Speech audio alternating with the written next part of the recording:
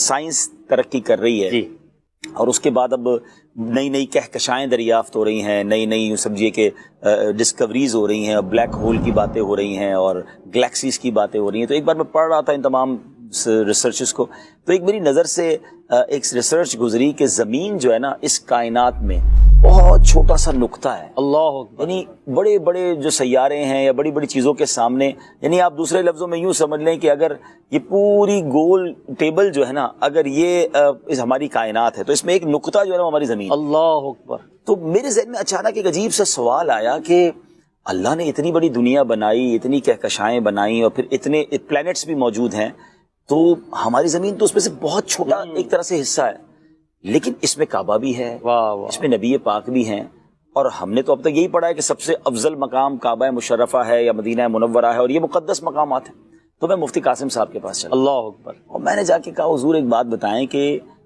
ہم مسلمان ہیں، ہمارا ایمان یہ ہے کہ نبی پاک علیہ الصلوۃ والسلام کی ذات رحمت للعالمین ہے، تمام کائنات میں سب سے افضل ہمارے آقا ہیں، اور پھر اللہ کا جو گھر ہے، جو مرکز دنیا ہے کہہ لیں، جو بیت المعمور کی سیدھ میں ہے، وہ بھی زمین پر موجود ہے، مگر اس پوری زمین کی اس کائنات میں حیثیت تو بہت چھوٹے سے نقطے کی طرح ہے۔ تو کیا ہم یہ مانیں اور یہ جانیں کہ بے شک یہ زمین اس پوری گلیکسی کا ایک چھوٹا سا نقطہ ہے، مگر یہی ساری گلیکسی میں سب سے افضل بھی ہے، اور ہم وہ قوم ہیں یا دنیا، کیونکہ ہو سکتا ہے دنیا میں اور بھی لوگ رہتے ہوں، مخلوقات ہوں، ہمیں نہیں پتا، لیکن جو ہم لوگ ہیں کیا وہ اس پوری گلیکسی کے سب سے اشرف المخلوقات ہیں؟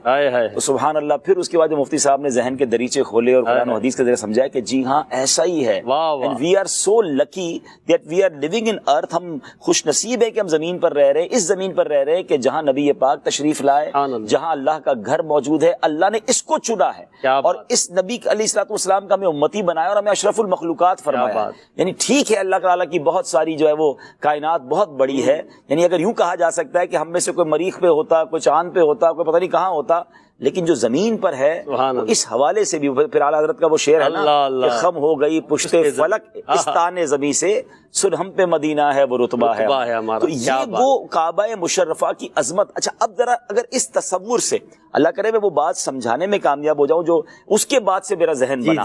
کہ اس کے بعد جب کعبہ مشرفہ کے سامنے بندہ جاتا ہے یا اس کا تصور جماتا ہے نا کہ اس پوری عظیم کائنات میں کئی کہکشاؤں میں اگر رب العالمین نے اپنا گھر بنانے کے لیے جو جگہ چنی ہے، جو بالکل بیت المعمور کی سیدھ میں موجود ہے، جو فرشتوں کا کعبہ ہے، تو یہ وہی وہ عمارت ہے، اور مجھ جیسا گناہگار اسی عمارت کے سامنے، اللہ اکبر، یعنی سینٹر آف رحمہ، اللہ کی رحمتوں کے نزول کا جو مرکز ہے، میں اس مرکز کے سامنے پہنچ گیا ہوں، تو مجھ جیسا خوش نصیب کون ہوگا، اور پھر مجھ پر رحمت الہی کی کیسی برسات ہوگی۔